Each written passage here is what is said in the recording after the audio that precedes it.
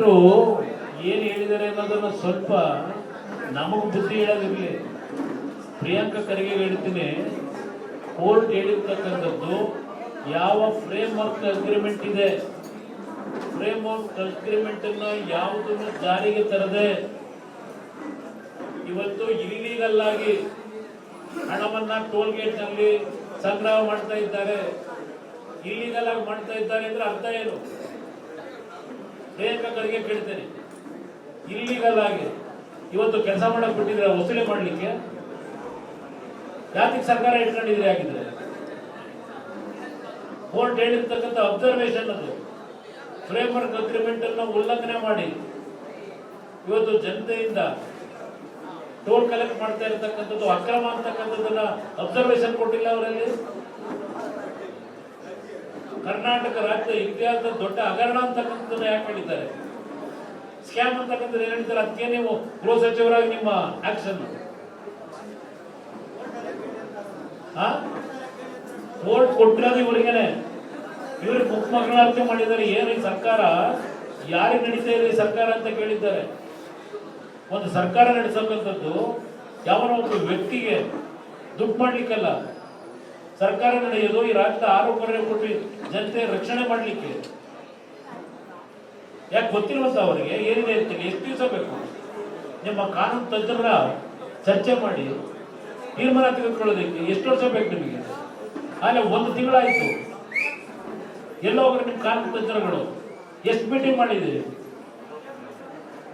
ಇಲ್ಲಿ ಕುತ್ಕೊಂಡ್ಬಿಟ್ಟು ಮೈಕ್ ಇಟ್ಕೊಂಡ್ಬಿಟ್ಟು ಪ್ರಿಯಾಂಕಾ ಖರ್ಗೆ ಭಾಷಣ ಮಾಡೋದಲ್ಲ, ನಿಂತು RSS ಅಕೌಂಟ್ ಕೇಳ್ತೀಯಲ್ಲಪ್ಪ, RSS ಅಕೌಂಟ್, ಈ ಅಕೌಂಟ್ ಯಾರು ಕೇಳೋದು?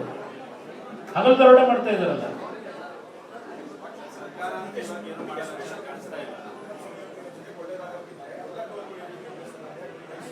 ಅವರಿಗೆ ಅದು ಅವರಿಗೆ ಇದು ಗೊತ್ತಿಲ್ಲ ಪಾಪ.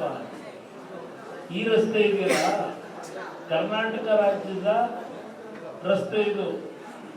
ಕರ್ನಾಟಕ ರಾಜ್ಯ ಸರ್ಕಾರ ಜನಕ್ಕೆ ಉಪಯೋಗ ಮಾಡಬೇಕು ಅಂತೇಳಿ ತೆಗೆದುಕೊಂಡಂತ ನಿರ್ಧಾರದ ರಸ್ತೆ ಇದು. ಹಗಲುದರಣೆ ಮಾಡು ಅಂತೇಳಿ ಮಾಡಿದ್ದಲ್ಲ.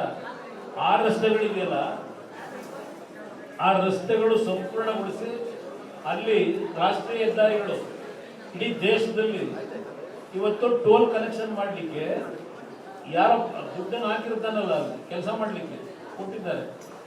ಇವ್ರಿಗೆ ಹೇಳಿದ್ದು ಅದೇ. ಇವ್ರೇನ್ ಮಾಡಿದ್ದಾರೆ?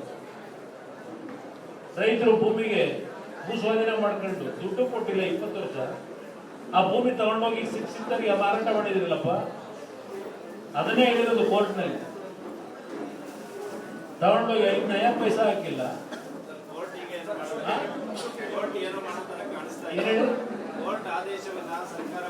ಅದಕ್ಕೋಸ್ಕರಲೇ ನಮ್ಮ ಪಕ್ಷ ಈ ವಿಷಯದಲ್ಲಿ ಜನಜಾಗೃತಿ ಮೂಡಿಸ್ತಕ್ಕಂಥದ್ದಲ್ಲ, ದೊಡ್ಡ ಮಟ್ಟದಲ್ಲಿ ಜನತೆ ಇದ್ರ ವಿರುದ್ಧ ತೀರ್ಮಾನ ಮಾಡ್ತಕ್ಕಂಥದಕ್ಕೆ, ಈ ಸರ್ಕಾರಕ್ಕೆ ಎಚ್ಚರಿಕೆ ಕೊಡ್ತಕ್ಕಂಥದಕ್ಕೆ ಇವತ್ತು ಈ ರಾಜ್ಯದಲ್ಲಿ ಪತ್ರದ ಚಳವಳಿ, ನಿಮ್ಮ ಸೋಷಿಯಲ್ ಮೀಡಿಯಾ ಚಳವಳಿ, ಇದೆಲ್ಲದರ ಮುಖಾಂತರ ಇಲ್ಲಿ ನಡೀತಾ ಇರತಕ್ಕಂಥ ಅಕ್ರಮಗಳ ಮಾಹಿತಿಯನ್ನ ಜನತೆ ಮುಂದೆ ತರ್ತಕ್ಕಂಥದ್ದಕ್ಕೆ. ಯಾಕೆಂದ್ರೆ ನಮಗೆ ಒಂದು 2,000 ಜನ ಕಳಿಸಿ ಧ್ವಂಸ ಮಾಡೋದೇನು ದೊಡ್ಡ ವಿಷಯ ಅಲ್ಲ, ಮಾಡಿಸ್ಬೋದು. ಆ ಕೆಲಸ ನಾವು ಮಾಡಲ್ಲ.